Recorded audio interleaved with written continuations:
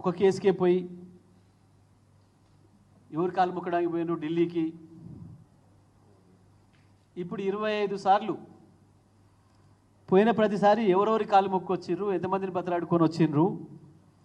పట్టపగలు దొరికిన దొంగలు మూటలతో దొరికిన ఆయన ఒక ఆయన, ఈడీకి దొరికిన ఆయన ఒక ఆయన. వీళ్ళు ఢిల్లీకి పోయి ఎవరెవరి కార్లు ఎన్నిసార్లు పట్టుకొని వస్తున్నారు.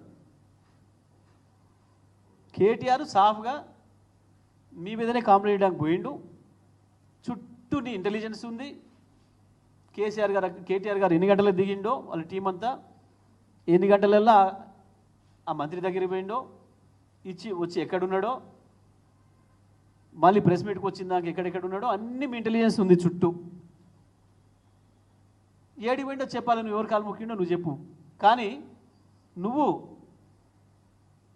నీ ముఖ్యమంత్రి పట్టపగలు దొరికిన కేసు నుంచి బయటపడడానికే ఇప్పుడు 25సారి కాలు పట్టుకోవడానికి పోతున్నారా మోడీని, అమిత్ షాని? లేదా ఈడీకి దొరికిన మంత్రులతో సహా ఇప్పుడు చాలామంది మంత్రులు ఢిల్లీ పోయిన పర్యటనలలో దొంగతనంగా ఎవరెవరి కార్లు ఎన్నిసార్లు పట్టుకొని వచ్చారు లెక్కలు చెప్పాలి. ఢిల్లీ పోయిందే ఎవరి కాలు పట్టుకోవడానికి అయితే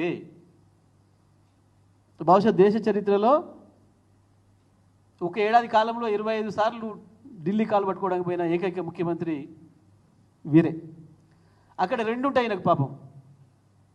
చీకట్లో పోయి మోడీ కాలు పట్టుకోవాలి, అమిత్ షా కాలు పట్టుకోవాలి, పొద్దున్నాక పోయి రాహుల్ గాంధీ కాలు పట్టుకోవాలి. ఆయన పేరు ఏదో ఒక ఇన్ఛార్జ్ ఉంటాడు కదా, కేసీ వేణుగోపాల్, వాళ్ళ కాలు పట్టుకోవాలి. ఎందుకంటే పీకొద్దని వీళ్ళ కాలు పట్టుకోవాలి, కేసులు పెట్టొద్దని చెప్పి వాళ్ళ కాలు పట్టుకోవాలి, లేదా పెట్టే కేసులు చెడిపోయమని వాళ్ళ కాలు పట్టుకోవాలి.